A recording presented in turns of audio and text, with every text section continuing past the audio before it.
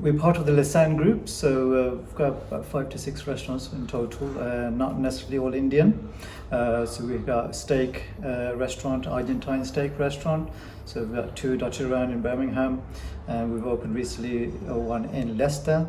We have got the Lisan, which is the original mother restaurant, and it's been around 20 years.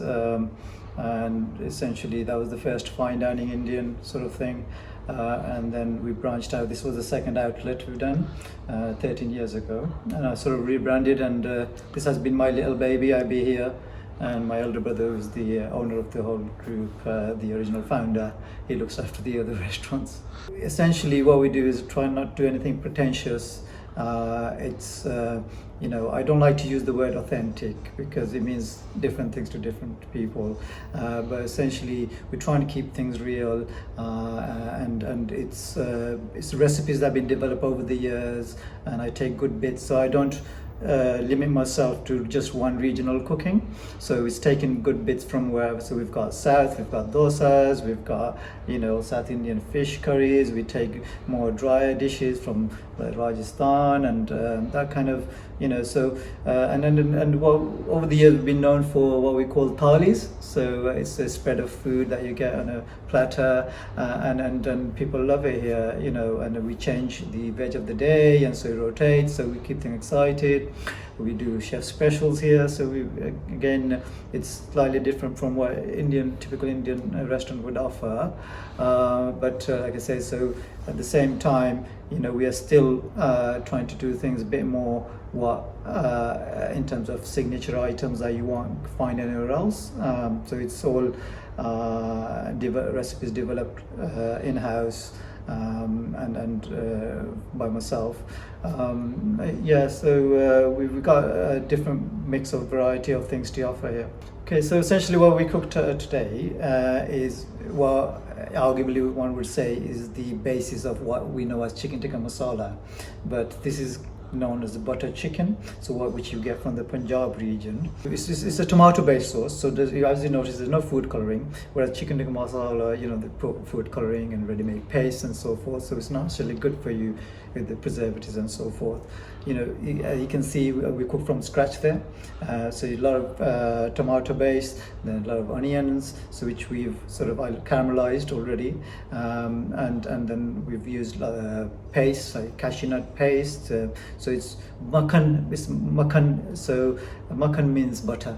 So it is a butter-rich kind of dish, and it's meant for special occasions, really. So it's quite a rich dish. Because you've seen I put whole spices in, so you want, in a bulk cooking, it's not all blenders we won't be able to blend the spices to a fine paste.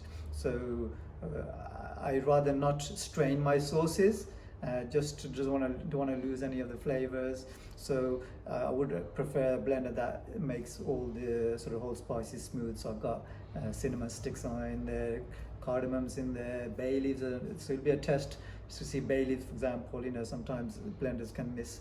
So this will be a sort of that's what I essentially want. A smooth sauce.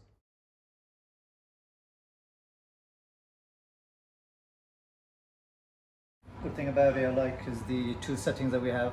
So you've got the strong setting where it's a bit louder, but the quiet one is fantastic. We've got an open kitchen here, so a lot of the times I refrain my staff from blending when I've got diners in the restaurant. So this is perfect. Even when we have diners, we can blend away, and it won't be making that much noise. So I think that's a really good feature.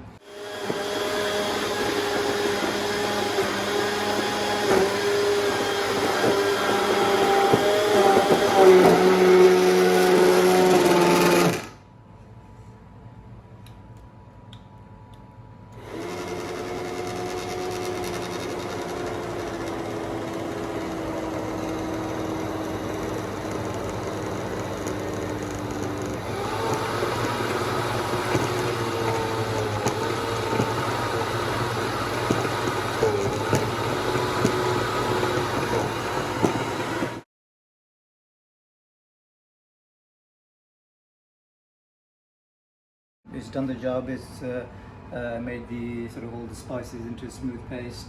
I mean, why you see that the green is methi leaves, so that's why the leaves will remain like that. But other than that, the sauce is perfectly pureed nicely for us. That's what you want: heavy duty, things that are reliable, that doesn't break down on you, and then it's got good run time, 15 minutes, and without burning the motor. And it's idiot proof in the sense, if you have junior staff in the kitchen, sometimes they keep on holding onto the blender and they burn the motor out. So with this, it's perfect. I think that's a really good improvement, and it's Swiss made, so its quality is there. Anything Swiss is quality. So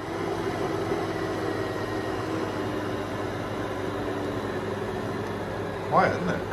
yeah, pretty low, setting a nice spike, so that's a good feature. How does it feel? It feels good. Easy. I like to go as well.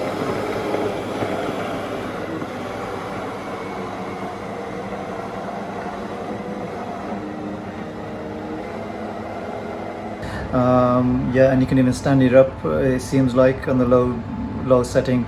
If you want to fetch something, in between, it's not going to fall off. It stands quite nicely. So it's pretty quick. The other time it would be like a good 15-20 minutes probably, to get it really fine. And actually, surprisingly, this is a lot quicker. It's notoriously difficult if you got loads of volume of liquid, for those spices to get blended, whereas this didn't miss anything. So it's worked perfectly fine. Yeah, I think it's a really good product.